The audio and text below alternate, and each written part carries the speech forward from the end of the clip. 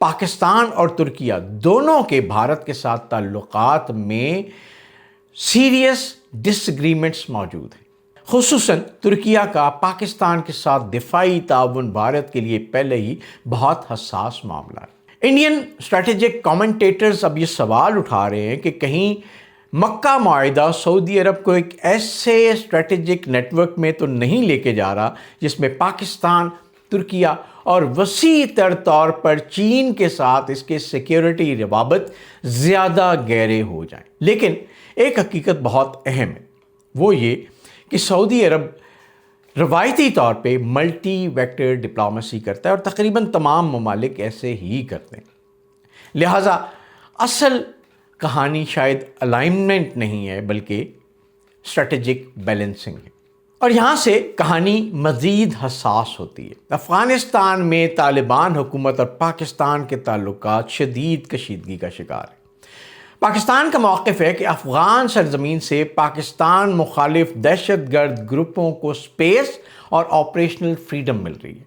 طالبان اس الزام کو بظاہر مسترد کرتے ہیں، لیکن یہ بات بھی حقیقت ہے کہ بہت سارے ایسے ثبوت موجود ہیں جہاں پہ افغان سرزمین پاکستان کے خلاف بلکہ خطے کے باقی ممالک کے خلاف بھی استعمال ہوتی ہوئی ظاہر ہوتی۔ اب تازہ ترین تنازع میں افغان طالبان کی طرف سے الزام سامنے آیا ہے کہ پاکستان سے افغانستان میں ہتھیار سمگل کیے جا رہے ہیں۔ پاکستان کی وزارت اطلاعات نے اس دعوے کو بیس لیس قرار دیتے ہوئے مسترد کر دیا۔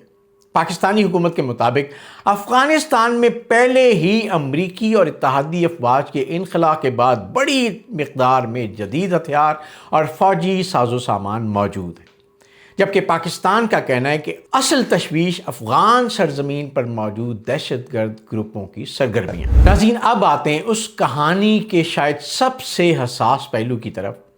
افغانستان میں شیعہ برادری کے بعض علماء اور مذہبی حلقے طالبان حکومت کے طرز حکمرانی اور مذہبی معاملات میں مداخلت پر تحفظات ظاہر کر رہے ہیں۔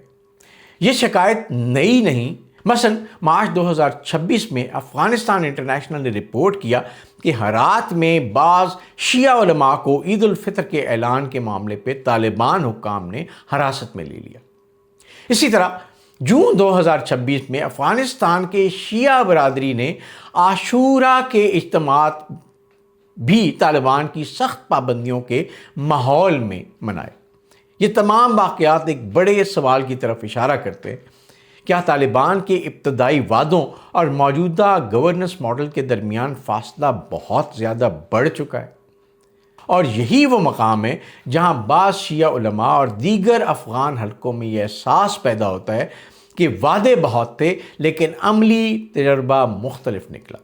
عزیز، اب ذرا پورے خطے کو ایک ساتھ دیکھتے ہیں۔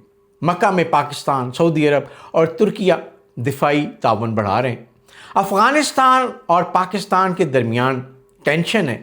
بھارت اس نئے اسٹریٹجک ایکویشن کا جائزہ لے رہا ہے اور ایران امریکہ کے ساتھ کشیدگی میں ہے۔ اسی ماحول میں 9 اگست کو ایرانی بری فوج کے بریگیڈیئر جنرل علی جہان شاہی نے خبردار کیا ہے کہ اگر کوئی امریکی فوجی ایرانی سرزمین میں داخل ہوا تو اسے زندہ نہیں چھوڑا جائے گا۔ انہوں نے کہا کہ ایرانی زمینی افواج مکمل جنگ کی تیاری کی حالت میں ہیں اور کسی بھی دشمن کی کارروائی کا بھرپور جواب دیا جائے گا۔ یہ بیان ویورز محض ایک ملٹری تھریٹ نہیں، یہ ایک سگنل ہے۔ ایران زمینی حملے کو ریڈ لائن سمجھتا ہے اور اس وقت امریکہ اور ایران کے درمیان کشیدگی، آبنائے ہرمز، خلیجی سلامتی اور اسرائیل سے متعلق تنازعات ایک دوسرے سے جڑے ہوئے نظر آ رہے ہیں۔ یہی اب اس پوری کہانی کا ملین ڈالر کوسچن ہے۔ کیا یہ ایران کے خلاف ہے؟ کیا یہ اسرائیل کے خلاف ہے؟ کیا یہ بھارت کے خلاف ہے؟ کیا یہ صرف ڈیفینسو الائنمنٹ ہے یا مستقبل میں ایک وسیع مسلم سیکیورٹی فریم ورک بن سکتا ہے؟ حقیقت یہ ہے کہ فی الحال کسی ملک کو اس معاہدے کا آفیشیل ٹارگٹ قرار نہیں دیا گیا۔ سعودی اور ترک حکام نے بھی واضح طور پہ کہا ہے کہ معاہدہ کسی مخصوص ملک کے خلاف نہیں ہے، لیکن اسٹریٹجک لیول پر اس کے اثرات بہت دور تک جا سکتے ہیں، کیونکہ الائنسز اکثر اپنے اعلانات سے زیادہ اپنے پوٹینشل سے طاقتور ہوتے ہیں۔ ناظرین، میرے خیال میں مکہ معاہدے کا سب سے بڑا امتحان پاکستان کے لیے افغانستان اور بھارت دونوں محاذوں پر ہوگا۔ تو آج پوری تصویر کو ایک جملے میں سمجھتے ہیں۔